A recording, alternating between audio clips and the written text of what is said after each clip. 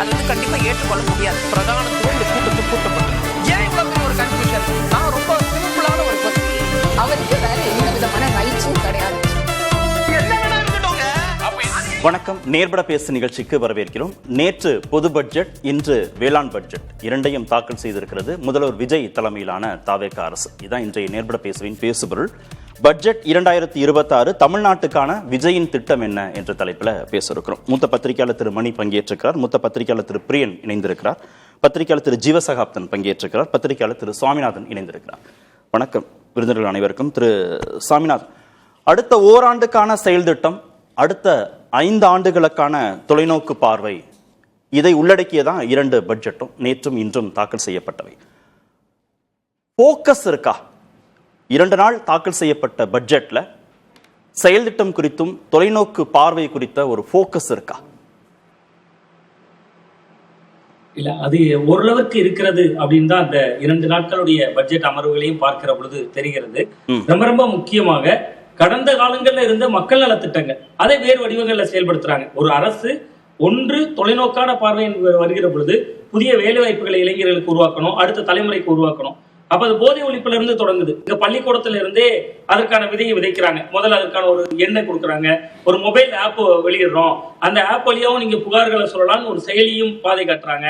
பள்ளிகள்ல விழிப்புணர்வு குழுக்கள் அமைக்கிறதுக்கும் நிதி ஒதுக்குறாங்க. அப்ப அங்கிருந்தே தொடங்குகிறது. கிட்டத்தட்ட இந்த 2 கூறுகளா பாக்குறேன் சார். ஒன்று, தாவேகா என்கிற கட்சியின் இருப்பாக சில விஷயங்கள் செய்யறாங்க, இன்னொன்று தமிழகத்தினுடைய நலனுக்கான சில விஷயங்கள் செய்யறாங்க.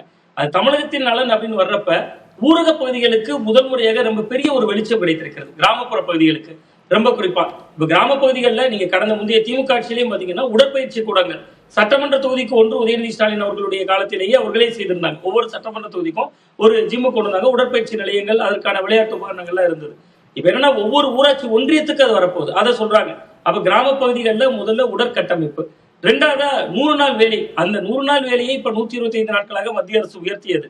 அந்த 125 நாட்கள் வேலை கிடைப்பது என்பதே மத்திய அரசு நிதி கிடைக்கல, நிறைய முரண்கள் இருக்கு. அதை செயல்படுத்த முடியுமா என்பதே பெரிய சந்தேகமாக இருக்கு. ஏன்னா இன்னைக்கு 60% மத்திய அரசும் 40% மாநில அரசும் செலுத்த வேண்டிய தேவை இருக்கு, இவ்வளவு நெருக்கடிகள் இருக்கு. இதுக்கு மத்தியில இந்த 125 நாட்களை முடித்தவர்களுக்கு கூடுதலா 25 நாட்கள் தர்றேங்கிறாங்க. அப்ப கிராம பொருளாதாரத்துல இது பெரிய அளவுல பங்கு வகிக்க நான் பாக்குறேன். ஒரு தொலைநோக்கு திட்டம்னு நம்ம பாக்குறப்ப தொழில்துறை புரட்சி பல விஷயங்கள் பேசினாலும் ஊரக பகுதிகளில் ரொம்ப குறிப்பா ஒரு நாளைக்கு 336 ரூபாய் சம்பளம். ஒருவேளை தாவேகா அரசு சொன்னது போல 336 ரூபாய் சம்பளத்துல 150 நாட்கள் வேலை கொடுக்க முடிந்து விட்டால், அது கொடுக்க முடியாது அப்படின்னு தோன்றுகிறது. ஏன்னா முந்தைய அரசாளர்கள் திமுக காலத்திலும் அதிமுக காலத்திலும் மத்திய அரசோட நிதியை நமக்கு விடுவித்தது இல்லை. அதனால அந்த 125 நாட்களை நிறைவு செய்து அது 150 நாட்கள் ஆச்சுன்னா கிராமத்துல இருக்கக்கூடிய ஒரு நபர் இந்த திட்டத்தினால மட்டும் 50,000 ரூபாய் பெறுவார். ஒரு வருஷம் ஃபுல்லா சேர்த்து சொல்றேன். 336 இன்று நம்ம கிட்டத்தட்ட அவருக்கு கொடுப்பதாக சொல்லக்கூடிய 150 நாளை பெருக்குன்னா 50,000 ரூபாய்க்கு மேல வரும். இது கிராம பொருளாதாரத்துல ஒரு பெரிய மாற்றத்தையும் தாக்கத்தையும் ஏற்படுத்திடும். பட் இதை எந்த அளவுக்கு அவங்க மத்திய அரசு இணக்கமாக இருந்து வாங்க போறாங்களா, அல்லது இவர்கள் கேட்டோடனே நிதியை தரப்போறாங்களா என்பது போன்ற சவால்கள் இருக்கு. இன்னொன்னு, அந்த கிராம பொருளாதாரம் தான் நீங்க 2வது பாத்தீங்கன்னா கறவை மாடுகள் கொடுக்குறேங்கிறாங்க, ஒரு 10,000 கறவை மாடுகள். நான் முதல்ல அது கிராம பகுதிகளில் இந்த செழுமைப்படுத்துவதன் மூலமா கிட்டத்தட்ட அது உள்ளாட்சி அமைப்புகள்ல தாவேகாவையும் பலப்படுத்தலாம். இதெல்லாம் அதிமுக ஆரம்ப காலத்திலே கொடுத்த திட்டங்கள் தான். கறவை மாடுகள் வழங்குறது, விலையில்லா மாடு அப்படிங்கக்கூடிய திட்டங்கள்லாம் கொடுத்ததுதான். சோ அது போன்ற விஷயங்கள்ல அவர்கள் கவனம் செலுத்துறதா இருக்கலாம். அப்புறம் பல கட்சியாக தாவேகாவை நிலைநிறுத்துறதுக்கு சில வேலைகள் செஞ்சிருக்காங்க சார்.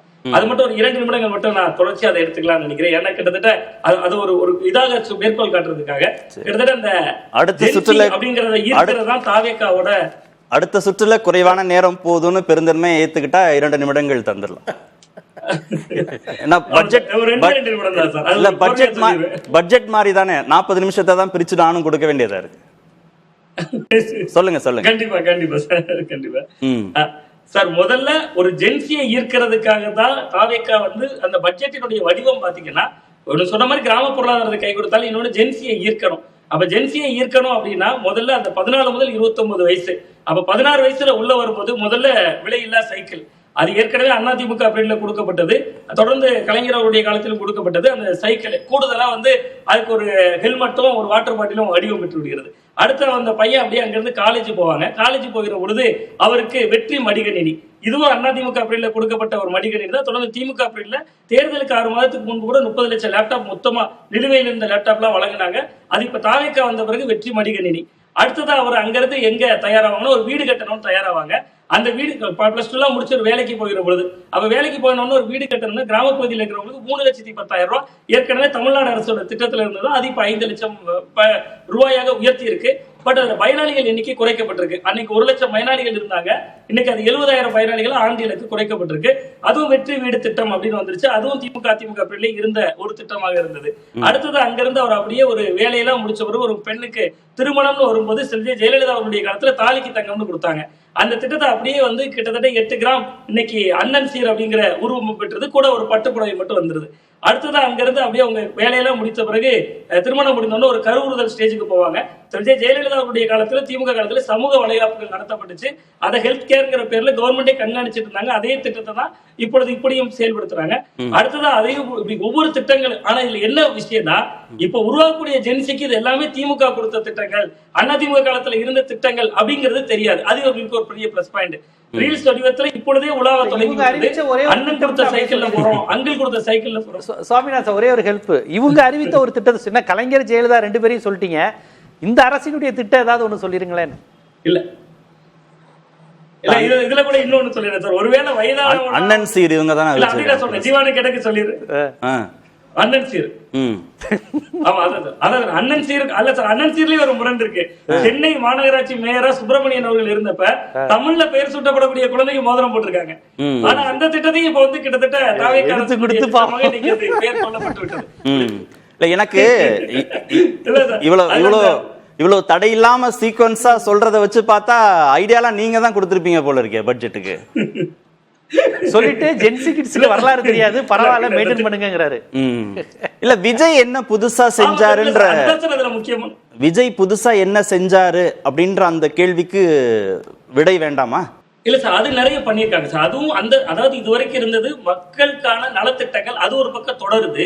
இன்னொரு பக்கத்துல இப்ப ஏஐ தொழில்நுட்பத்தை அதிகமான அளவுல பயன்படுத்துறதுன்னு சொல்றது, கிட்டத்தட்ட அந்த ஏஐக்கான ஒரு நகரம் உருவாக்குறது அப்படின்னு சொல்லக்கூடிய இடமா இருக்கலாம். பள்ளிக்கூடங்கள்ல இருந்து ஏஐ பாடத்திட்டமா கொண்டு வரதை சொல்றாங்கல்ல, பாலிடெக்னிக்ல பொறியியல் படிப்புகள்ல இதுல சமகால டெக்னாலஜியை உள்வாங்கி கொண்டு போகக்கூடிய இடங்களா இருக்கலாம். புற்றுநோய் மையம் 5 இடங்கள்ல புற்றுநோய்க்கான மருத்துவமனை அமைக்கப்படுறேன்னு சொல்றது, இது மாதிரியான இடங்கள் வந்து கவனிக்கப்படக்கூடிய. அப்படி ஒரு சம்மப்பா எடுத்துக்கிறேன். நீங்க சொன்னதுல இருந்து மாநிலத்தை வளர்ப்பதற்காக இந்த பட்ஜெட் உதவி செய்தோ இல்லையோ, தாவேகாவை வளர்ப்பதற்கு உதவி செய்யும் இந்த பட்ஜெட், அப்படி எடுத்துக்கவா? நீங்க சொல்றது ஆடியன்ஸை திருப்திப்படுத்திடுங்க. நிச்சயமா அப்படி உதவி பண்ணும். அதுல ஒரே ஒரு பயன்பட்டு கூட முடிச்சிடறேன் சார். முதியோர்களுக்கு இல்ல மொத்த நிதியுமே உங்களுக்கே ஒதுக்கீடு செய்ய வேண்டியதா இருச்சு.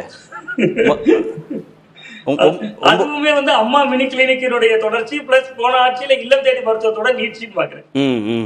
திரு பிரியன், அதிமுக ஆட்சியோட பட்ஜெட் திமுக ஆட்சியோட பட்ஜெட், அதை விட ஒரு மாற்றம், புதிய அரசு புதிய பட்ஜெட் அப்படின்ற அந்த எதிர்பார்ப்பு பூர்த்தி செய்திருக்கிறதா இந்த தவேக அரசு பட்ஜெட்? இல்லை, அதாவது வந்து பல திட்டங்களுக்கு பேர் மாற்றுவதன் மூலமாக ஒரு புதிய திட்டம்ன்ற ஒரு தோற்றத்தை கொடுக்க பார்க்குறாங்க. அதாவது பேர் மாற்றுறது வந்து அது அரசியல் அதில் இருக்குன்றது நமக்கு தெரிஞ்ச விஷயம். அவங்க கலைஞர் பேர் வச்சுருப்பாங்க, அவங்க ஜெயலலிதா பேர் வச்சுருப்பாங்க. மாற்றுறதுன்றது திமுக அதிமுக பண்ணுற விஷயங்கள் தான்.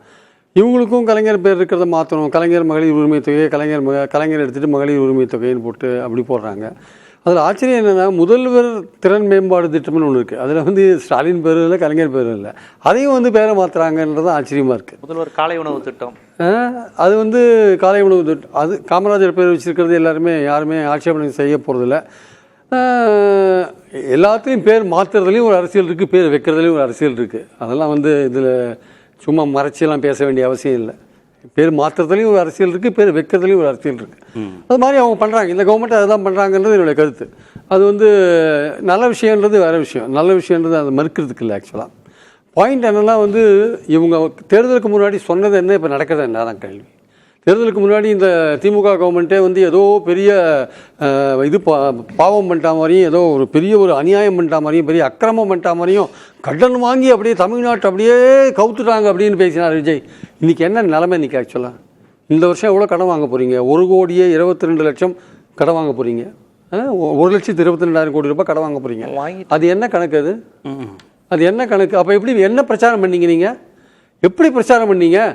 கடன் வாங்குறதே ஒரு அயோக்கியத்தனன்ற மாதிரி பிரச்சாரம் பண்ணீங்கல்ல. அதுவே வந்து ஒரு முட்டாள்தனன்ற மாதிரி பிரச்சாரம் பண்ணீங்கல்ல. திமுக கவர்மெண்ட் ஏதோ 5 லட்சம் கோடியிலேருந்து 10 லட்சம் கோடி வரையும் போயிடுது அப்படின்னு சொன்னீங்கல்ல. இப்போ நீங்கள் இந்த வருஷம் 1,22,200 கோடி ரூபாய் கடன் வாங்குறீங்க. எந்த கவர்மெண்ட்டும் கடன் வாங்காது இருக்காது சார். அடிப்படை தெரியாமல் பிரச்சாரம் பண்ணி அதுக்கு திமுகவும் சரியாக பதில் சொல்லலை. அது ஒரு விஷயம் இருக்குது. திமுகவும் நம்ம இந்த அரங்கத்தில் பேசும்போது பல தடவை சொல்லியிருக்கோம், ஒரு கவர்மெண்ட் வந்து கடன் வாங்குறது சகஜம். 58 லட்சம் கோடி கடனில் இருந்து 2014 இன்னைக்கு தமிழ்நாடு ஆல் இந்தியா மத்திய அரசு வந்து இன்னைக்கு 200 லட்சம் கோடி கடனில் போயிருக்கு. யுஎஸ்ஏ வந்து பல ட்ரில்லியன் கடன் வாங்கியிருக்காங்க. இதெல்லாம் சகஜம் சார். அதை வந்து ஒரு குற்றச்சாட்டாக வச்சு அந்த குற்றச்சாட்டை வந்து ஒரு பெரிய பூதாகரமாக கிளப்பி அதுக்கு திமுகவும் சரியாக பதில் சொல்ல. அது திமுக விஜய்க்கு பல இடத்துல சரியாக பதில் சொல்ல. அதோட விளைவு தான் இப்போ அனுபவிக்கிறாங்க அவங்க. அது மாதிரி போய் கடைசியில் இன்றைக்கி வந்து இவங்க கடன் வாங்குற விஷயம் போயிருக்கு. அப்போது மக்களை வந்து திசை திருப்பியிருக்கீங்கள, அது தப்பு தானே. அது நீங்கள் வந்து அதை வந்து தவறான ஒரு பிரச்சாரம். கவர்மெண்ட்டுன்னா என்ன, நிர்வாகம்னா தெரியாது இவங்களுக்கு. 6 மாதம் ஆகட்டும் இல்லை 2 மாதம் ஆகட்டும், ஆனால் நிர்வாகம் தெரியல, அரசியல் தெரியுது கரெக்டாக. இல்ல மாநிலத்தின் வளர்ச்சிக்காக நாங்க கடன் வாங்குறோம் தானே தாவேக்கா எல்லாருமே அப்படிதான் சார். மாநில வளர்ச்சி மூலதனங்களை உருவாக்குவதற்காக தான் அரசாங்கத்தோட செலவு கணக்கு ஓப்பனா இருக்கு சார், பப்ளிக்கோட பொதுவெளியில. அதுல பாருங்க எதுக்கு செலவு விஷயம் பாருங்க, எது அனாவசிய செலவு சொல்லுங்க சார். ஏன் வருவாய் பற்றாக்குறை 55,000 கோடி இப்போ வந்திருக்கு உங்களுக்கு.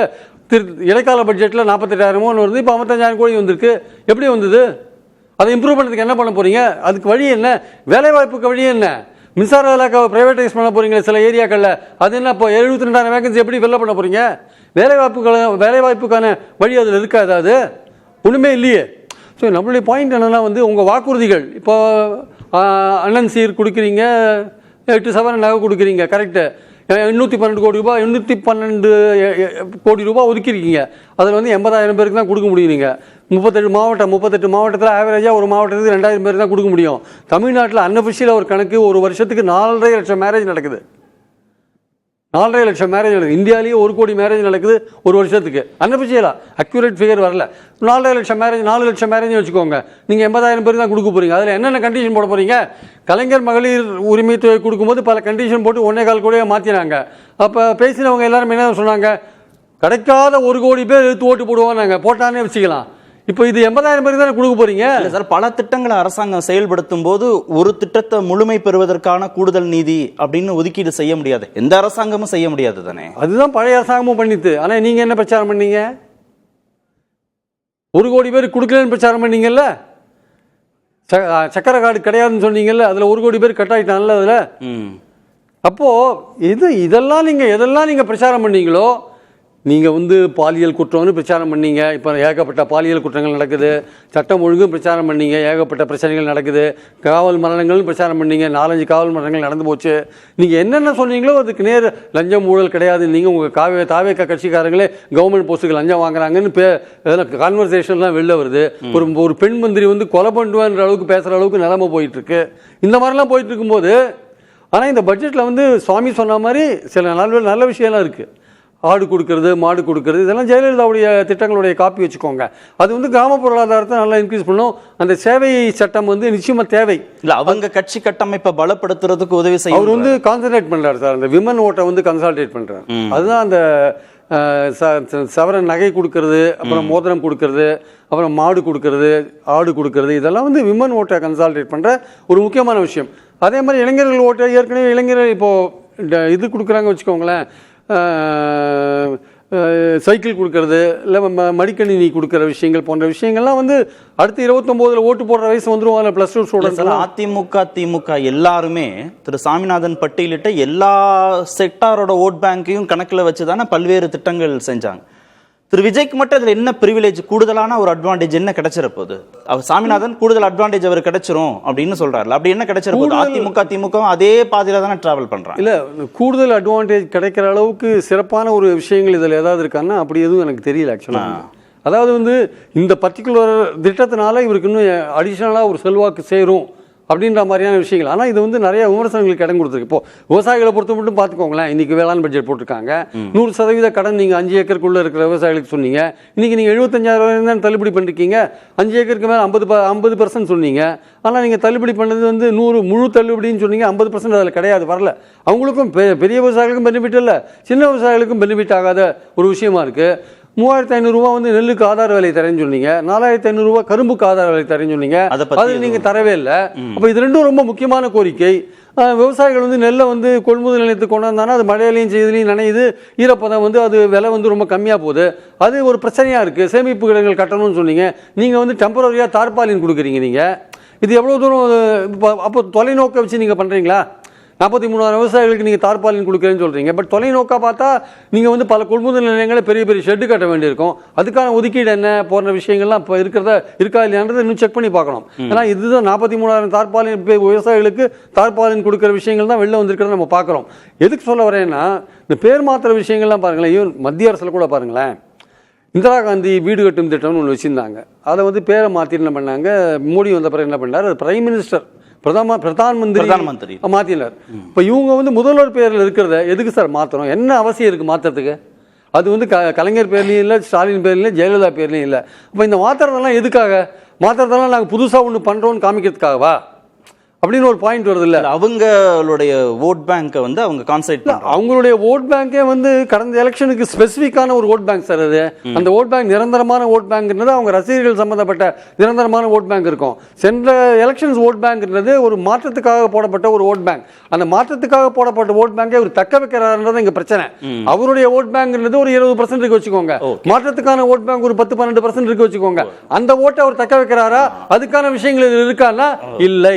அதுதான் நான் கேள்வியாகவும் கேட்டேன். ஃபோக்கஸ் இருக்கான்னு திரு மணி சார். தாவேகாவோட கோர் ஓட் பேங்கை திருப்திப்படுத்துவதற்கான விஷயங்கள்ங்கிறத கடந்து உண்மையிலேயே அதிமுக திமுக ஒரு மாற்றம்னு விரும்பி ஓட்டு போட்டவங்களை திருப்திப்படுத்தியிருக்கா இந்த பட்ஜெட்? அந்த விஷயத்தை அது செஞ்சிருக்கா? 2 நாள் தாக்கல் செய்யப்பட்ட பட்ஜெட். கார்த்திகேயன், ஒரு விஷயம் அடிப்படையில் புரிஞ்சுக்கணும். நம்ம every budget is not only a balance sheet but political ஸ்டேட்மெண்ட்னுவாங்க ஆங்கிலத்தில். எல்லா நிதிநிலை அறிக்கைகளுமே மத்திய மாநில அரசுகள் யார் தாக்கல் செஞ்சாலுமே அடிப்படையில் அது ஒரு வரவு செலவு கணக்கு மட்டும் என்று பார்ப்பது தவறான பார்வை. அதை தாண்டி ஆழமாக பார்க்க வேண்டியது அது ஒரு பொலிட்டிக்கல் ஸ்டேட்மெண்ட். எந்த டைரக்ஷனில் இந்த கவர்மெண்ட் அடுத்த 5 ஆண்டுகளுக்கு போகும், அதுக்கான கட்டியம் கூறுறதா தான். எஸ், அப்படிதான் அதை நம்ம புரிஞ்சுக்கணும். ரெண்டாவது, இது அடுத்த ஓராண்டுக்கான பட்ஜெட் என்பது தவறான பார்வை. அடுத்த 8 மாதங்களுக்கான பட்ஜெட் இது. ஏன்னு கேட்டிங்கன்னா, நம்முடைய எலெக்ஷன் சைக்கிள், எலக்ட்ரல் சைக்கிள் வந்து ஏப்ரல் மே எவ்ரி 5 இயர்ஸ். அது கரெக்டாக நமக்கு 35 ஆண்டுகளாக வந்து கொண்டிருக்கிறது. மார்ச் மாதம் வர வேண்டிய பட்ஜெட் அவங்க இடைக்கால அறிக்கை போட்டுட்டு போயிடுவாங்க every government at the end of 5 years. அப்படி பார்க்கும்போது 4 மாதங்களுக்கான ட்ரெஷரியிலேருந்து எடுக்க வேண்டியதுக்கு பட்ஜெட் இடைக்கால பட்ஜெட் போட்டாச்சு. ஸோ அது 8 months தான் இது. அதுவும் புதியதாக வரக்கூடிய ஒரு அரசு. இப்போ டிஎம்கே கண்டினியூவாக இருந்ததுன்னா நம்ம நிறைய கேள்விகளை கேட்கலாம். ஏன்னா கண்டினியூட்டி அது. இது புதுசாக வந்திருக்காங்க. புதுசாக வந்திருக்கும் போது முதல்ல அவங்களுக்கு எல்லாம் புரியணும். ரெண்டாவது வந்து உங்களுக்கு இது ஒரு 8 மாதங்களுக்கான ஒரு ஸ்டேட்மெண்ட்டாக தான் நம்ம பார்க்க வேண்டியிருக்கு.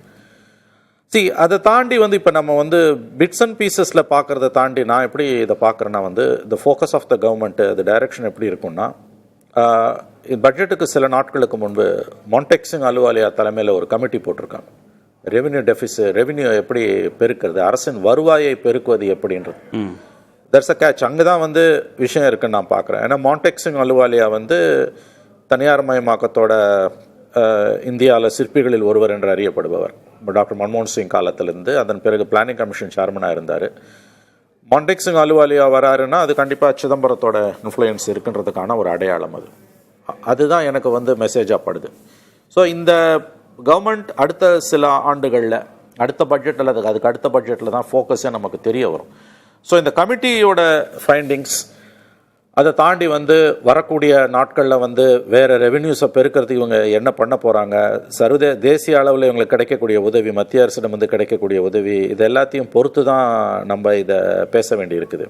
ஏன்னா ஒரு விஷயம் அவங்க தெளிவாக இருக்காங்க. ஃபினான்ஸ் மினிஸ்டர் சொன்னதா தகவல் என்னென்னா வந்து இந்த வாக்குறுதிகளை பொறுத்த வரைக்கும் 2 ஆண்டுகளுக்கு பிறகு நிதிநிலை சீரான பிறகு தான் நாங்கள் கொடுப்போம்னு சொல்லியிருக்காங்க.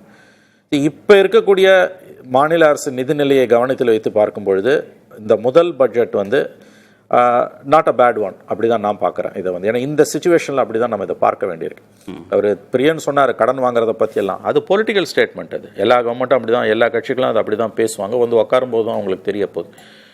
இப்போ டாஸ்மாகை பொறுத்த வரைக்கும் நீங்கள் பார்த்தீங்கன்னா வந்து அதை தனியார் மயமாக்குவதற்கான முயற்சிகள், ஏன்னா ரெவென்யூ சோர்சஸ் இப்போ இருக்கிறதுக்குன்னு சொல்கிறாங்க. அடுத்த பெரிய ஏரியா உங்களுக்கு டிரான்ஸ்போர்ட் கார்பரேஷன்ஸ். ஏன்னா போதையில்லா தமிழகம்னு சொல்லிட்டு நீங்கள் க்யூவில் நிற்க வேண்டாம், ஆன்லைனில் புக்கிங் பண்ணி நீங்கள் கடையில் போய் மது வாங்கிக்கலாம் அப்படின்னும் சொல்றாங்களே. அதாவது parallel-ஆ? இன்னைக்கு வந்து அவர் சாயங்காலம் மறுத்துட்டாரு, நாங்கள் அப்படி பண்ணலைன்றார். இன்னொன்று, நீங்கள் வந்து லிக்கர் சேல்ஸில் வரக்கூடிய ஆன்லைன் புக்கிங்கையும் போதையில்லா தமிழ்நாட்டையும் தயவு செஞ்சு குழப்பிக்க வேணாம். ஏன்னா உலகம் முழுவதுமே வந்து ப்ரொஹிபிஷன்றது தோற்று போன ஒரு விஷயம். தமிழ்நாட்டில் நடக்கிற மாதிரியான அட்டுழியம் டாஸ்மாக் சேல்ஸில் இந்தியாவில் எந்த மாநிலத்திலையும் கிடையாது. அரசுக்கு வர வேண்டிய வருவாய் வெளியில் சுற்றுது. நான் பல முறை சொல்லியிருக்கேன். மே 22 அன்றைய நிதியமைச்சர் பிடிஆர் பழனிவேல் தியாகராஜன் அவர்கள் அரசுக்கு வர வேண்டிய பணம் கிட்டத்தட்ட 20,000 கோடி சிஸ்டத்துக்குள்ளே வராமல் வெளியில் இருக்குனார். அதை சொல்லிட்டு அதுக்கு பிறகு 3 வருஷம் அந்த கவர்மெண்ட் தான் இருந்தது, 4 வருஷம் இருந்தது, அவங்களாலே உள்ளே கொண்டு வர முடியல. ஆகவே டாஸ்மாக் மாதிரியான விஷயங்களில் வந்து மேற்கொள்ளக்கூடிய எல்லா மாற்றங்களுமே வந்து வரவேற்கத்தக்கவை தான். ஆகவே இன்றைய சூழலில் இப்போ இருக்கக்கூடிய நிதிநிலையின் அடிப்படையில் பார்க்கும்பொழுது ஃபர்ஸ்ட் பட்ஜெட், அது 8 மாதத்துக்கான பட்ஜெட் தான் இதில் வந்து பெரிய அளவுக்கு குறை காண்பதற்கு எதுவும் இருக்குதா எனக்கு தெரியல. பல ஸ்கீம்ஸை வந்து அவங்க வந்து கலைஞர் பீரியடில், ஸ்டாலின் பீரியடில், ஜெயலலிதா பீரியடில் இருந்ததை பேர் மாற்றி இம்ப்ளிமெண்ட் பண்ணுறாங்க. வேற எதுவும் பண்ண முடியல இப்போதைக்கு இருக்கக்கூடிய சூழல். அதுதான் முக்கியமான சில விஷயங்கள்னு பார்த்தீங்கன்னா, இந்த ஏஐசிடி கொண்டு வருது, அதற்கான நிதி உதவி, அந்த ஃபோக்கஸ் இருக்குது. அப்புறம் அந்த புற்றுநோய் மையங்கள், அந்த மாதிரியான விஷயங்கள். ஒரு புது கவர்மெண்ட் வந்திருக்குது, செகண்ட் ஆர் தேர்ட் பட்ஜெட் தான் வந்து ஃபோக்கஸ் எப்படின்றது தெரியல. அந்த புது கவர்மெண்ட்ங்கிற அந்த அட்வான்டேஜோ அந்த அட்வான்டேஜ் கூட சொல்லல, இல்ல அதை நம்ம கொடுக்கலாம், அதுல ஒன்றும் பிரச்சனை இல்லை. அதுல அடிப்படையான சில கூறுகள் இருக்குல்ல. இப்ப வேளாண் பட்ஜெட்னா கரும்பு நெல்லுக்கான கொள்முதல் விலை அப்படிங்கிறது எந்த கவர்மெண்ட் வந்தாலும், அது புது கவர்மெண்ட்டோ யாரோ, கொள்முதல் விலைங்கிறத சொல்லணும். வேளாண் பட்ஜெட்ல நம்ம பற்றி எரியக்கூடிய பிரச்சனை காவிரி, மேகதாது, அது சம்பந்தமான இஷ்யூவை நீங்க பேசணும். முழு பயிர் கடன் தள்ளுபடி அப்படிங்கிறத அதை வந்து நம்ம பேசணும். சூப்பர் எல்னினோ 12 மாவட்டங்கள் பாதிக்கப்படுதுன்னா அதற்கான ஸ்கீம் என்ன, வெறும் மாவட்ட ஆட்சித்தலைவர் மட்டும் அதை பார்த்துக்க போறாரா, இல்ல ஸ்டேட் வைடு அதுக்கான பிளான் இருக்கா அப்படிங்கிறத பேசணும். இப்ப இதுக்கு வந்து நம்ம புது கவர்மெண்ட் அவங்க கத்துக்கட்டும், பிரிவிலேஜ் அட்வான்டேஜ் எல்லாம் சொல்ற அளவுக்கு இல்லையே, நிலைமை ரொம்ப கைமீறி போயிடுச்சு. இது நீங்க இப்ப சொன்ன இந்த விஷயங்கள் எல்லாமே சீரியஸான இஷ்யூஸ். அதுல வந்து பயிர்க்கடன் தள்ளுபடி எல்லா கவர்மெண்ட்டுமே பேசுறது ஒண்ணு, செய்யறது ஒண்ணுதான். அதுல இந்த கவர்மெண்ட் மட்டும் குறை சொல்ல முடியாது. பட் நீங்க சொன்ன மற்ற விஷயங்கள் இருக்கு பாருங்க. அது வந்து எல்னினோ ஆண்டுன்னு சொல்லி ஏற்கனவே 12 மாவட்டங்கள் வந்து ரேடார்ல இருக்குது. மத்திய அரசு ஏற்கனவே எச்சரிக்கை விடுத்து மாநில அரசு குழுவை அமைத்து அவங்க மேனேஜ் பண்ணிட்டு இருக்காங்க ஆக்சுவலா. ஆனா அது பட்ஜெட் பேப்பர்ல இல்லாததான் பிரச்சனை. இங்க தான் வந்து அந்த பொலிட்டிக்கல் எக்ஸ்பீரியன்ஸ் இல்லைன்றதை காட்டுது. அவங்க செய்யறத கூட அவங்களால சொல்ல முடியல. இது பேசிக்ல அதுதான் நான் சொல்ல வரேன். கொள்முதல் விலை இல்ல, இந்த எல்னினோ ஆண்டை பொறுத்த வரைக்கும் அது நீங்க சொன்னது ரொம்ப முக்கியமான பாயிண்ட். ஏற்கனவே 2 மாதங்களுக்கு முன்பே எச்சரிக்கை விடுக்கப்பட்டு விட்டது. மாநில அரசும் ஒரு குழுவை போட்டு இருக்கிறது. இவங்க எடுக்கக்கூடிய முயற்சிகளை பற்றி கூட வந்து தாங்கள் செய்வதை பற்றி கூட அரசால பட்ஜெட்ன்றது நான் சொன்ன மாதிரி பொலிட்டிக்கல் ஒரு நாள் அதை கூட செய்ய முடியல. அதுக்குன்னு ஒரு நாள் ஒதுக்குறோம். வேளாண் அதுதாங்க சொல்ல ஒரு நாள் ஒதுக்குறோம். இல்லங்க, இந்த இடத்துல தான் வந்து உங்களுக்கு அந்த பொலிட்டிக்கல் இன்எக்ஸ்பீரியன்ஸ் வருது. வெறுமனே இந்த பட்ஜெட் ப்ரிப்பரேஷன்ஸை அதிகாரிகள் கிட்ட மட்டும் கொடுத்தீங்கன்னா வரக்கூடிய கோளாறு இது. Inexperience of the political leadership இந்த பட்ஜெட்ல இப்ப நீங்க சொன்ன விஷயங்கள் இருக்கு பாத்தீங்களா, இதெல்லாம் இதுல வேளாண் பட்ஜெட்டை பொறுத்த வரைக்கும் அதெல்லாம் வந்து இதுல வந்து எக்கோ ஆகுது. மேபி அடுத்த ஆண்டுகளில் அது சரி செய்யப்படலாம். நான் அப்படிதான் அதை பார்க்குறேன். நீங்கள் சொல்றது எதையுமே நான் மறுக்கல. பட் அதை நான் எப்படி பார்க்குறேன்னா, இது எதோட ரிஃப்ளெக்ஷன் பார்க்குறேன்னா, லேக் ஆஃப் பொலிட்டிக்கல் லீடர்ஷிப். நீங்கள் பியூரோக்ராட்ஸ் கிட்ட மட்டும் கொடுத்து கவர்மெண்ட் ரன் பண்ண முடியாது. அதில் வரக்கூடிய கோளாறு இது. அப்புறம் இந்த இந்த கரும்பு மற்றும் அந்த இன்னொரு இது என்ன சொன்னீங்க, நெல், இந்த விலை, இதை பத்தி தட்ஸ் a serious issue. கொள்முதல் விலை. ஆமா, கொள்முதல் விலையை பத்தி நீங்க பேசாம எப்படி வந்து இது பண்ண முடியும்? பிரச்சனையே இதுதான் கார்த்திகேயன். நீங்க உங்களோட டைரக்ஷன் என்ன, அதை விட முக்கியமா பொலிட்டிக்கல் லீடர்ஷிப்போட அந்த கைடன்ஸ் இல்லைன்னா எப்படி குறைகள் வரும்ன்றதுக்கான எடுத்துக்காட்டு தான் இது. அப்படிதான் நான் இதை பார்க்குறேன். ஓகே திரு ஜீவா, விமர்சனங்களை கடந்து ஒரு புது பட்ஜெட், ஒரு புது அரசு ஒரு முழு பட்ஜெட்டை புதுசா போட்டு ஓரளவுக்கான ஒரு வளர்ச்சி பாதையில தமிழ்நாட்டை கொண்டு செலுத்துவதற்கான ஒரு முதல் அடியில ஓரளவுக்கு அவங்க ஒரு கிரிப்போட பயணிக்கிறாங்கன்னு நம்ம பார்க்கலாமா? இல்லை, இப்போ இது புதியவர்கள், நிர்வாகம் தெரியாது, பயின்று கொண்டு இருக்கிறார்கள், முதன்முறை தானே, இது மாதிரியான விஷயங்கள் வந்து வேற எல்லாத்துக்கும் பொருந்தும். முத ஸ்கூட்டி ஓட்டுறவங்க, ஸ்பெண்டர் ஓட்டுறவங்க, கார் ஓட்டுறவங்களுக்கு. பட் அரசியலுங்கிறது நீங்கள் நான் இனிமேல் பிறக்க போகிற தலைமுறை எல்லாம் சேர்ந்தது. தமிழ்நாடு ஒன்றும் புதுசு கிடையாது, சட்டமன்றம் புதுசு கிடையாது, பட்ஜெட் புதுசு கிடையாது, காவிரி பிரச்சனை புதுசு கிடையாது. இன்னைக்கு வேளாண் நிதிநிலை அறிக்கையில் காவேரி, மேகதாது இது குறித்து ஒரு வார்த்தை இல்லை. வேளாண் இதில் நீர்ப்பாசன குறித்து ஒரு வார்த்தை வரலை. அப்போ இது என்ன மாதிரியான வேளாண் பட்ஜெட் அப்படிங்கிற ஒரு கேள்வி இருக்குது. விவசாயிகளுக்கான இது இவங்க கொடுத்த வாக்குறுதி எதுவும் கிடையாது. கரும்புக்கான குவிண்டால் எதுவுமே கிடையாது. இவங்க சொன்னதற்கும் இதற்கும் தொடர்பே இல்லை. பல விஷயங்கள் இவங்க கொடுத்த வாக்குறுதிகளை பற்றிய பேச்சு மூச்சே இல்லை. அப்போ நாங்கள் என்ன வேணாலும் சொல்லுவோம், என்ன வேணாலும் செய்வோம். தேர்தலுக்கு முன்பு வந்ததுக்கப்புறம் எதுவும் செய்ய மாட்டோம். ஏன்னு கேட்டால் இப்போ தான் நடைபயிலும் குழந்தை அப்படிங்கிறது ஏற்புடைய வாதமாக இருக்காது. இதனால் பாதிக்கப்பட போகிறது நாம தான். நம்ம இப்போ தமிழ்நாடு இந்தியாவிலேயே பெருமைமிகு மாநிலம், பண்பாட்டு தளத்தில், முற்போக்கு தளத்தில், பொருளாதார தளத்தில், கல்வியில், பெண் கல்வியில் சொல்லிக்கிட்டு இருந்த எல்லாமே இந்த 2 மாசத்துல கீழே போயிருக்கு. புள்ளி விவரங்களோட இருக்கு. ஆந்திரா, கர்நாடகா, பக்கத்து மாநிலங்கள் எல்லாமே மேல போயிருச்சுங்க. அதுல எனக்கு ஒன்னு சேர்த்தே சொல்ல, நீங்க 74% முதலீடு இந்த 2 மாசத்துல டிஃபீட் ஆயிருக்கு. நமக்கு கடந்த அரசுகள் சொல்றது இப்பதாங்க கவர்மெண்ட் பழகிட்டு இருக்காங்க. கடந்த அரசுகள் வச்சு செயல்படுத்தின திட்டங்கள் எல்லாவற்றுக்கும் பேர் மாத்திட்டாங்கன்னு விமர்சிக்கிறோம். ஆனா நீங்க எல்லா திட்டங்களையும் செய்யணும்னு இந்த அரசாங்கம் நினைக்குது தானே. பேரை மாத்துறாங்க, வெற்றின்னு அவங்க சேர்த்துக்கிறாங்க, அவங்களுக்கு வசதிக்கு தகுந்த மாதிரி ஏதோ ஒரு பெயரை சுட்டி கொள்கிறார்கள் தவிர இந்த திட்டம் வேண்டாம், இது அதிமுக அரசு கொண்டு வந்தது வேண்டாம், இது திமுக அரசு கொண்டு வந்தது வேண்டான்னு இல்லை. அப்ப எப்படி மாநில வளர்ச்சி பாதையில போகாம பின்தங்கிரும் நீங்க நினைக்கிறீங்க? அதுக்கான அறிகுறி எதுவும் இல்லை. பேர் மாற்றம் அப்படிங்கிறது மாற்றத்துக்கான அறிகுறி கிடையாதுல்ல. முதல்ல போகுதுன்னு நான் கேட்கிறேன். நான் முதல்வன் வேற ஒரு வடிவத்தில் இருக்கதானே போகுது. நான் என்ன கேட்கிறேன், வளர்ச்சியை நோக்கி நீங்க பயணிப்பதா இருந்தா இந்த மாதிரி உங்க சிந்தனை சிந்திக்காது, உங்க புத்தி சிந்திக்காது. பேரை மாத்து, அவங்க வச்ச பேர் வேணாம், இதுவே ஒரு வளர்ச்சிக்கானது கிடையாது. இது கலைஞர் ஜெயலலிதா காலத்தில் நடந்தப்பே விமர்சனமாச்சு. இப்போ கடந்த முறை எடப்பாடி படம் போட்ட பேக் இருந்தப்ப அதை மாற்றுறதுக்கு ஒரு செலவாகுங்க, நேரம் ஆகுங்கிறப்ப இருக்கிற வரையும் விடுங்க, நீ புதுசாக அடிக்கும் போது எடப்பாடி வேணான்னு சொன்னாங்க. அம்மா உணவகம் பேரை மாற்றாதீங்க, ஜெயலலிதா படத்தை கூட எடுக்காதீங்கன்னாங்க.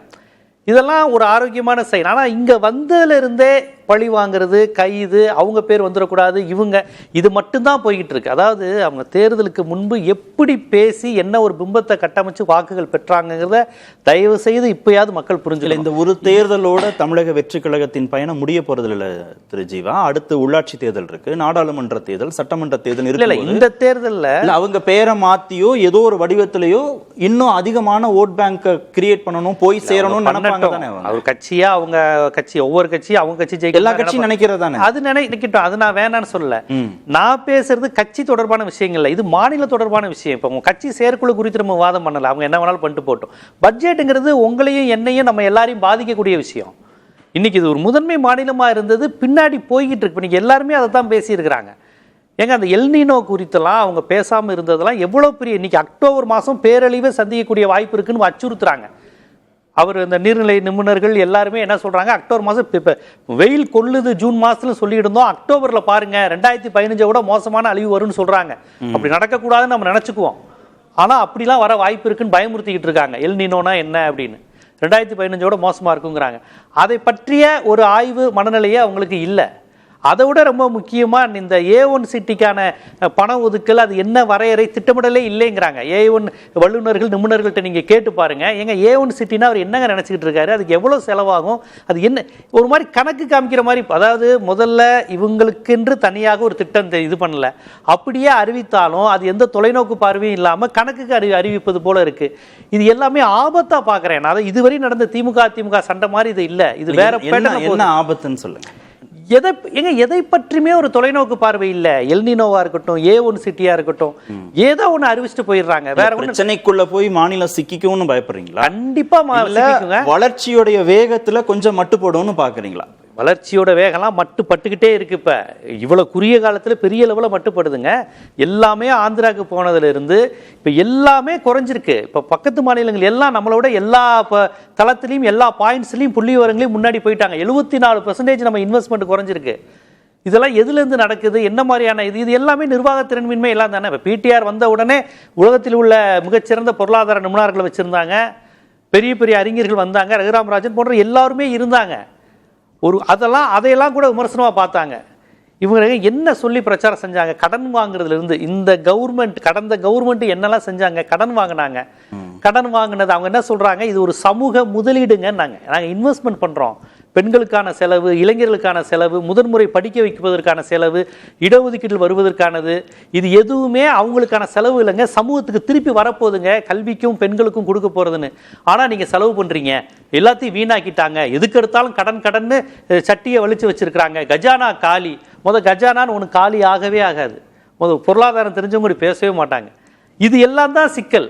இது வந்து லேமேனுக்கு ஏதோ லேமேனுடைய பொது புத்தியை தூண்டி விடக்கூடிய வேலையை மட்டும் செஞ்சு அவங்க பிரச்சாரம் செஞ்சாங்க. இப்போ அவங்க பட்ஜெட் போடும்போது அப்படியே திமுக ஜெராக்ஸ் காப்பி மாதிரி போட்டுட்டு பேரை மட்டும் மாற்றி இருக்கிறாங்க.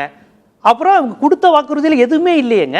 இவங்க 2 வருஷம் கழிச்சு நாங்க பண்ணுவோம், 2 ஆண்டுக்கு பிறகுதான் செய்வாங்களா? கொடுத்த வாக்குறுதிகளை செய்வதற்கு நிதி ஆதாரம் வேணும். அது மட்டும் இல்ல, இவங்க இந்த விமர்சனங்கள் இந்த குற்றச்சாட்டு திமுக மீது வச்சாங்க. அவங்க லேட் ஆகும் போது திரு ஜீவா தங்க மோதிரம் திட்டம்லாம் திமுக காரங்க என்ன பண்ணுவாங்கன்னா, அவங்க கட்சி தலைவர்கள் பிறந்த நாள் அன்னைக்கு அவங்களே பக்கத்துல இருக்க கவர்மெண்ட் ஹாஸ்பிட்டல் போய் செய்வாங்க. அது அரசு பணம் கிடையாது, அது மாவட்ட செயலாளருடைய பணம். போஸ்ட் அடிச்சுட்டு ஜெயலலிதா அம்மையார் பிறந்த நாள், கலைஞர் பிறந்த நாள் அவங்களே கவர்மெண்ட் ஹாஸ்பிட்டல் போய் அம்மா பிறந்த நாளுக்கு 24ஆம் தேதின்னு பிள்ளைகளுக்கு மோதிரம் போடுவாங்க.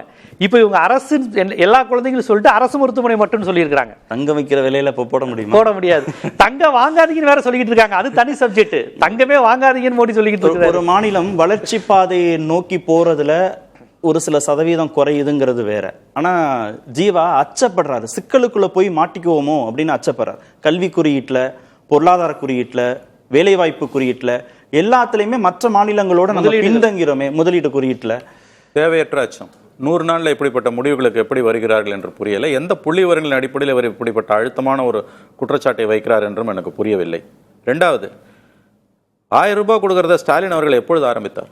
27 மாதங்கள் பொறுத்து தான் ஆரம்பித்தார். முக்கியமான ஒரு வாக்குறுதி அது. 2021 மே மாதம் பவருக்கு வந்தாரு. 23 செப்டம்பர்ல 27 மாதங்கள் பொறுத்து தான். அப்ப அங்க ஒரு நியாயம் எங்க ஒரு நியாயம் பேச முடியாது. இல்ல வெல்ஃபேர் என்ன சொல்றேன், இவ்வளவு ஸ்வீப்பிங் ஸ்டேட்மெண்ட்ஸ் கொடுக்கிறதுக்கு 6 மாசம் இல்ல 1 வருஷமா இருக்கணும்.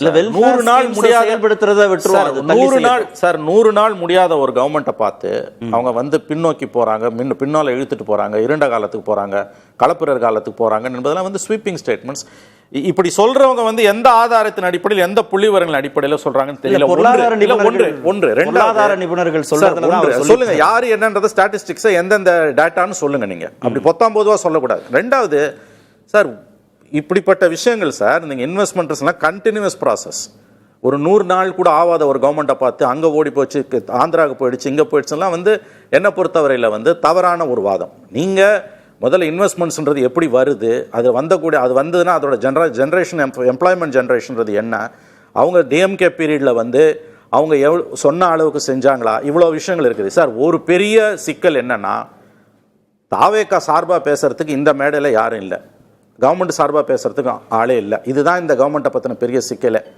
அவங்களுக்கு அதீதமான நேரேட்டிவ் கண்ட்ரோல் இருந்தது. இவங்களுக்கு சுத்தமாக நேரேட்டிவை எப்படி கொண்டு போகணும்னு தெரியல. அவங்க செய்யறது கூட அவங்களால சொல்ல முடியல. இப்போ ஜீவா ஒரு பாயிண்ட் சொன்னார், எல்னினோ விஷயங்களை பற்றி கவர்மெண்ட் போட்ட கமிட்டி கீழே ஒர்க் பண்ணிட்டு இருக்கு சார். அது வெளியில வந்து பேசுறதுக்கும் மீடியால டிஃபெண்ட் பண்றதுக்கும் அவங்களுக்கு ஆள் இல்ல. இதுதான் இந்த கவர்மெண்டோட சாபக்கேடு. பட்ஜெட்ல சொல்லல, அததான் சொல்றேன். பட்ஜெட் பேப்பர்ல இல்ல, கரெக்ட். அவர் பட்ஜெட் ஸ்பீச்ல சொல்றாரான்னு பார்க்கணும். அதை நான் ஒத்துக்கிறேன். நீங்க பட்ஜெட் பேப்பர்ல அது இல்லன்றது நியாயமான பாயிண்ட். ஆனா அரசு செயல்படுத்தி அதை தானே உங்களுக்கு முதல்ல சொன்னேன். அதாவது பொலிட்டிக்கல் கைடன்ஸ் இல்லாம ஒரு பட்ஜெட் பேப்பரை ப்ரிப்பேர் பண்ணீங்க சார். ஆல்ரெடி ஒரு கமிட்டி கீழே ஒர்க் பண்ணல. அரசின் நிலைப்பாடு குறித்து அறைகூவல் தானே பட்ஜெட், மக்களுக்கு சொல்றதானே. கார்த்திகேயன் அதை தான் சொல்றேன். ஒர்க் பண்றது கூட அவங்களால வந்து ரிஃப்ளெக்ட் பண்ண முடியல. இது யார்? அவங்க தான். அதான் அவங்க தலையெழுத்துல யாரும் தடுக்கல. அதுதான் அவங்க பிரச்சனை. செய்யறது கூட அவங்களால சொல்ல முடியல. இல்ல நீங்க வந்து க்ளூமி பிக்சரை பிரசன்ட் பண்ணாதீங்க, இருண்ட காலம்னு சொல்லாதீங்க. அந்த அளவுக்கு நிலைமை மோசமா போலன்றது. ஆந்திராவுக்குலாம் போக வேண்டியது 100 நாள் கூட ஆவாத ஒரு கவர்மெண்ட்டை பார்த்து எல்லா முதலீடும் ஓடி போச்சுன்றது எந்த அடிப்படையில பேசுறீங்க? தமிழ்நாட்டிலே வாழலாம். இதுவரை அந்த குற்றச்சாட்டை மறுக்கல. ராயல் என்ஃபீல்ட்ல இருந்து பல நிறுவனங்கள் போயிருச்சு அப்படின்னு ஒரு 2 மாசம் எடுத்து பேசக்கூடாதுங்க. அது ஒரு பெரிய சப்ஜெக்ட்டுங்க. இன்வெஸ்ட்மெண்ட்ஸ்ன்றத பத்தி நீங்க பேசும்போது ஓராண்டுக்கு ஈராண்டுக்குன்னு பேசணும். 100 நாள் கூட ஆவாத கவர்மெண்ட்டை பார்த்து எல்லா ஓடிச்சுன்றது காலாண்டு கணக்கீட்டுல தான் பொருளாதார நிபுணர்கள் சொல்றாங்க. இந்த 3 மாதம் நீங்க சொல்றத ஒரு காலாண்டுன்னு வச்சு கணக்கிட்டு தான். அது அளவுகோல் அல்லன்ற நான். சரி பேசு. திரு பிரியன், அதிமுக அரசு பொறுப்பேற்கும் போது வராத அச்சம், திமுக அரசு பொறுப்பேற்கும் போது வராத அச்சம், ஏன் தாவேகா அரசு பொறுப்பேற்ற பிறகு மட்டும் வந்துட்டே இருக்கு? இவங்க சரியா அதை கொண்டு செலுத்துவாங்களா, இதெல்லாம் அவங்க செயல்படுத்துவாங்களா, மாநிலம் வளர்ச்சியை நோக்கி போகுமா, பிரச்சனைகளே சந்திக்காம கடந்துருவோமா அப்படின்ற அச்சம் ஏன் மீண்டும் மீண்டும் விதைக்கப்படுது? இல்லை சார், நம்ம வந்து ஒரு பீட்டன் பாத்திலே போயிட்டோம். நம்ம ஒரு மற்றவர்கள் சிறந்த பாதையிலே போகிற மாதிரி பீட்டன் பாத்திலே போயிட்டோம். ஒரு புதுசான ஒரு விஷயம் வரும்போது இருக்கிற தயக்கம், பயம், அச்சம் இருக்குல்ல, அந்த பயம் தான் ஆக்சுவலாக we should allow them to rule. பார்க்கலாம் என்னதான் பண்ணுறாங்கன்னு பார்க்கலாமே. ஏன்னா அவங்க புதுசாக வந்திருக்காங்க. ஆனால் அவங்க வந்து ஒரு 3 மாத காலத்தில் வந்து பார்த்திங்கன்னா நிர்வாகத்துக்கு புதுசுன்னா கூட பொலிட்டிக்கலாக பல விஷயங்கள் பண்ணுறாங்க. திமுகவை கவுண்டர் பண்ணுறதுக்கு பொலிட்டிக்கலாக பல விஷயங்கள்லாம் பண்ணுறாங்க. அது நல்லாவே தெரியுது நமக்கு. பல விஷயங்கள் அவங்க பண்ணுற விஷயங்கள்லாம் பார்க்கும்போது பொலிட்டிக்கலாக டீல் பண்ணுறாங்க. இல்லை, திரு ஸ்டாலின் கூட நாங்கள் பார்த்து தமிழ்நாட்டை செதுக்கணும் அப்படின்னு ஆதங்கப்பட்டார். இப்படி நிர்வாகம் பண்ணுறாங்களே அப்படின்னு. அப்படி ஆதங்கப்படுற மாதிரியோ அச்சப்படுற மாதிரியோ நிர்வாகம் மாதிரிலாம் வந்து ஒரு பெசிமிஸ்டிக்காக, அதாவது நம்பிக்கை இல்லாத தன்மையோடு இருக்க வேண்டிய அவசியம் இல்லைன்னு என்னோட கருத்து. ஒருத்தர் வந்திருக்காங்க. 2014 மோடி வந்தார். மோடி வந்ததில் சில விஷயம் பாராட்ட முடியும் இருக்குது, சில விஷயம் கண்டம் பண்ணுற முடியும் இருக்குது. அவர் முதல்வர்லேருந்து பிரதமர் அப்படி வந்தார். அந்த டிரான்சிஷன் பாஜகவுடைய பாலிடிக்ஸ் சொல்கிறேன். பாஜகவுடைய அந்த பிளவுவாத அரசியல் நம்ம ஒத்துக்கிறது இல்லை. ஆனால் வேறு பல டெவலப்மெண்ட்லாம் வந்து நிறைய விஷயங்கள் இருக்குது. ஆனால் பிளவுவாத அரசியலை மெயினாக அவங்க ஃபோக்கஸ் பண்ணும்போது தான் நமக்கு வந்து எதிர்க்க வேண்டிய கட்டாயத்துக்கு தள்ளப்படுறோம் நம்ம. அதே மாதிரி இவருடைய பாலிடிக்ஸில் வந்து வெயிட் பண்ணி பார்க்கணும். ஏன்னா வந்து நம்ம எடுத்த உடனே வந்து இது வந்து நம்பிக்கை இல்லாத தன்மையோடு பேசக்கூடாது. ஆனால் எது இல்லைன்னு அவருக்கு வந்து இப்போ அவர் போட்டிருக்கிற அதிகாரிகள்லாம், நிதித்துறை அதிகாரிகள்லாம் வந்து நல்ல அதிகாரி தான் போட்டிருக்கார். அவர் வெளிப்படையாக எனக்கு வந்து ஓப்பனாகவே சொல்லிட்டார், எங்களுக்கு இதெல்லாம் நிறைவேற்றத்துக்கே 1.5 வருஷம் ஆகும், அதுக்கப்புறம் 2 வருஷம் கழிச்சு தான் நாங்கள் வந்து மற்ற வாக்குறுதியை பற்றியெல்லாம் கவனிக்க வேண்டியிருக்கும் அப்படின்னு சொல்லிட்டார். பிளைன் ஸ்டேட்மெண்ட் அது. ஆக்சுவலாக இது கவர்மெண்ட் வந்து ஒரு பாலிட்டிஷியனாக விஜய் வந்து இதை ஒத்துக்க மாட்டார். ஆனால் ஒரு அதிகாரியாக வந்து அவர் சொல்லக்கூடிய அவசியம் அவருக்கு இருக்குது. இல்லை, ஆந்திராவோடோ கேரளாவோடோ கர்நாடகாவோடோ தமிழ்நாட்டை ஒப்பீடு செய்யும்போது அந்த மாநிலத்தை ஆளக்கூடிய அந்த முதல்வருடைய பொலிட்டிக்கல் வில் குறித்து ஒப்பீடு செய்து தானே பேசுகிறாங்க. அங்கே திரு விஜயை கொஞ்சம் பின்ன வச்சு யோசிக்கிறாங்களா? அதனால அந்த அச்சம் வருதா? இந்த முதல்வரோட ஒப்பிட்டு பேசும்போது விஜயை பின்னாடி வச்சு யோசிக்கிறதுல ஒன்றும் தப்பு இல்லை. ஏன்னா அவர் புதுசாக இப்போ தானே வந்திருக்காரு. எட் டு ப்ரூவ் ஹிம்செல்ஃப். அவர் இனிமே தான் தன்னை ப்ரூவ் பண்ணி ஆகணும். அவர் அரசியலுக்கும் புதுசு, அரசாங்கத்துக்கும் புதுசு. சிவகுமார் மாதிரி அவர் கொட்டை போட்டவரான எத்தனை வருஷம் சிவகுமார் மந்திரியா இருக்காரு. சித்தராமையா அதுக்கு முன்னாடி எத்தனை வருஷமா அரசியல் இருக்காரு, மந்திரியா இருக்காரு. எல்லாருமே அவர் ரவீந்திர ரெட்டிலாம் பாலிடிக்ஸ்ல ஊறிட்டு தானே வந்திருக்காங்க. சந்திரபாபு நாயுடுலாம் வந்து எவ்வளவு பெரிய ஆளு, எத்தனை வருஷமா பாலிடிக்ஸ்ல இருக்காரு. தெலுங்கானா முதல்வரும் புதுசு தானே? இல்ல, காங்கிரஸ்ல இருக்காரு. இல்ல, அது part of the government Congress பாலிடிக்ஸ்ல இருந்தவர் தான் இப்போ வந்திருக்காரு. இப்போ அவங்களோடலாம் கம்பேர் பண்ணும்போது விஜய்க்கு வந்து புதுசு, அரசியலுக்கும் புதுசு, அரசாங்கத்துக்கும் புதுசுன்ற போது அவருக்கான ஒரு டயத்தை கொடுக்கணும். ஆனால் அதுக்குன்னு அவர் பண்ணுற சில விஷயங்களை நம்ம வந்து சுட்டி காட்டாது இருக்க முடியாது. நீங்கள் ஒரு பட்ஜெட் போட்டிருக்கீங்க, பெரும்பாலும் வந்து அதிகாரிகள் தயார் பண்ணுற ஒரு பட்ஜெட் தான். அது புள்ளி விவரம் பேசுகிற ஒரு விஷயம் தான் பட்ஜெட்டாக இருக்குது. அதில் பொலிட்டிக்கலாக சில விஷயங்களை திணிக்கிறது தான் வந்து ஒரு எக்ஸ்பீரியன்ஸ்டு பாலிட்டிஷியன் பண்ணுற வேலை. அங்கே தான் வந்து பண்ணணும். அங்கே தான் பொலிட்டிக்கல் லீடர் இருக்காரு, அரசியல் தலைமையுடைய விஷனை அங்கே தான் பியூரோக்ரசி எக்ஸிக்யூட் பண்ணணும். ஆமாம், அது வந்து இங்கே ரிவர்ஸில் இருக்கா? பியூரோக்ரசி டைரக்ட் பண்ணதா? பியூரோக்ரசி சொல்கிறத இவங்க கேட்கறது அப்படின்னு ஒரு விஷயம் இருக்குல்ல, அது ஒன்று இருக்கு. இல்லை, நான் இதை சொல்கிறேன், நீ இதை பண்ணு, ஆளுமை குறைபாடா பார்க்குறாங்க. இல்லை, அது வந்து இவ்வளவு சீக்கிரம் இந்த கவர்மெண்ட்டை வந்து பியூரோக்ரசி சொல்லி தான் விஜய் கேட்கிறாரோ, இல்லை விஜய் சொல்றதை தான் பியூரோக்ரசி கேட்கறதா, அப்படிலாம் வந்து நம்ம இன்டர்பிரட் பண்ணலாம்னா அதுக்கு பல விஷயங்கள் இருக்கு. விஜய் சுற்றி எத்தனை பேர் சார் இருக்காங்க சொல்லுங்க? யார் அவருக்கு அட்வைஸ் பண்றாங்க சொல்லுங்க? அவரோட அட்வைசர்ஸ் யாரு? அவரோட அட்வைசர் யாரு? ஜான் ஆரோக்கியசாமி, விஷ்ணு ரெட்டி, ஜெகதீஷ் பழனிசாமி, வெங்கட்ராமணன், இப்படி ஒரு 4-5 பேர் போறது. இவங்கெல்லாம் ஒரு பவர் சென்டரா இருக்காம வச்சுக்கோங்க. இவங்களுடைய அட்வைஸ் எவ்வளவு தூரம் அவர் எடுத்துக்கிறார் அப்படின்னு நமக்கு தெரியும். சீஃப் செக்ரட்டரி இல்ல, ஏன் எடுத்துக்க மாட்டாருன்னு, எடுத்துக்கிறாரா எடுத்துக்க மாட்டாரா தெரியாது. எல்லாமே எங்க வந்து நிக்குதுன்னா, விஜய் என்கிற அந்த சீஃப் மினிஸ்டர் பாராட்டா வஞ்ச புகழ்ச்சி. விஜய் என்கிற சீஃப் மினிஸ்டர் வந்து அந்த கம்யூனிகேஷன் விஷயத்துல வந்து ரொம்ப தெளிவா யார் கூடயும் கம்யூனிகேட் பண்ண மாட்டேன்றது ரொம்ப தெளிவா இருக்காரு. மக்களோடையும் கம்யூனிகேட் பண்ண மாட்டேன், வேற யார் கூடயும் கம்யூனிகேட் பண்ண மாட்டேன்னு தெளிவா இருக்காரு. ஆக்ஷன்ல தான் இருப்பேன். இனிமே ஒரு ஆக்ஷன் பண்ணும்போது தான் நம்ம கணிக்கணும். திரு ஜீவா, ஒரு நடிகர் டு முதல்வர்ன்ற அந்த டிரான்சிஷன்ல அவருடைய அரசியல் ஆளுமை குறித்தோ, அவருடைய பொலிட்டிக்கல் வில் குறித்தோ, முடிவெடுக்கும் திறன் குறித்தோ, விஷன் குறித்தோ தொடர்ந்து உங்களை போன்ற பத்திரிகையாளர்கள், விமர்சகர்களுக்கு சந்தேகம் இருந்துட்டே இருக்கும். சரியா கொண்டு போய் சேர்த்துருவாரா, சிக்கலுக்குள்ள உள்ளாக்கிடுவாரா அப்படின்னு. ஒரு சிஸ்டம் உள்ள இருக்க தானே செய்யுது. அந்த சிஸ்டத்தை மீறி ஏதாவது இவங்க முடிவு எடுத்துட போறாங்களா? அப்படி கூட இல்ல, அவருடைய அரசியல் ஆளுமை குறித்து சந்தேகப்படுறீங்களான்னு கேட்கிறாங்க. நம்ம 4 விருந்தினர்களுமே அவர் அரசியல் ஆளுமை என்பதை இங்க பதிவு செய்யல. டைம் கொடுங்கன்னு தான் கேட்டாங்க. நீங்க 4 பேர் பேசும்போது கூட அரசியல் ஆளுமைங்கிறத நான் மட்டும் சந்தேகிக்கல. அவருக்கு இன்னும் அரசியல் ஆளுமையாக மாறல. அவருக்கு டைம் கொடுங்க, அவருக்கு தான் புரியாதுல, தெரியாதுல, இப்போதானே வந்திருக்காரு, இதைத்தான் பேசுறாங்களே ஒழிய என்னங்க பெரிய ஸ்டாலினோட அவர் சிறந்த முதல்வருங்க அப்படின்னு அவங்க சொல்லல. ஜெயலலிதாவோட பெரிய ஆளுமைங்க, எடப்பாடியெல்லாம் அவர் மிஞ்சிட்டாருங்க அப்படின்னு அவங்க சொல்லவே இல்லையே. நான் சொன்ன அந்த 3 முதலமைச்சர்களுடைய ஆளுமைக்கு கிட்ட கூட அவர் வரவங்க நீண்ட நாள் அரசியல் இருக்கு, அதைத்தான் சொல்றாங்க. அவங்க விஷன் வந்து பியூரோக்ரசி எக்ஸிக்யூட் இல்ல, இவர் அந்த ஆளுமை திறன் கற்றுக்கொள்ளும் வரை தமிழ்நாடு விலை கொடுக்கணும், அப்படிதானே? இல்லைங்க, நான் சீரியஸா பேசுறேன் இந்த விஷயத்துல. எனக்கு எந்த இதுவும் கிடையாது. எனக்கு முதலமைச்சர்னா முதலமைச்சர், அவர் யாரோ ஒருத்தர் முதலமைச்சர் கிடையாது, ஒரு பெரிய பொறுப்பு. அவர் கத்துக்கிறாருங்க, முதலமைச்சராகி கத்துக்குவாரு அப்படிங்கறது தான் பேசுறாங்க. இது என்னது இதுங்கிறேன், எனக்கு ஒன்றும் புரியல. முதலமைச்சராகி அவர் கத்துக்கிட்டோங்கிற, ஆனா அந்த 2.5 மாசத்துல என்னென்ன பின்னடைவுகள் சந்திச்சிருச்சு அப்படின்னு கேட்டாலும் இது சரியாயிருங்கிறாங்க. அப்ப இது சந்திச்சது என்ன? இது அவர் சொன்ன எதுவுமே நடக்கலையேங்க. அவர் போதை போல, எனக்கு மது ஒழிப்புல எனக்கு மாறுபட்ட கருத்து இருக்கு, அது வேற. பட் இவங்க என்ன சொல்லி பிம்பம் கட்டமைச்சாங்கிறது தான் முக்கியம். எதுவுமே நடக்க சாத்தியம் இல்லைன்னு இன்னைக்கு பேசுறாங்க.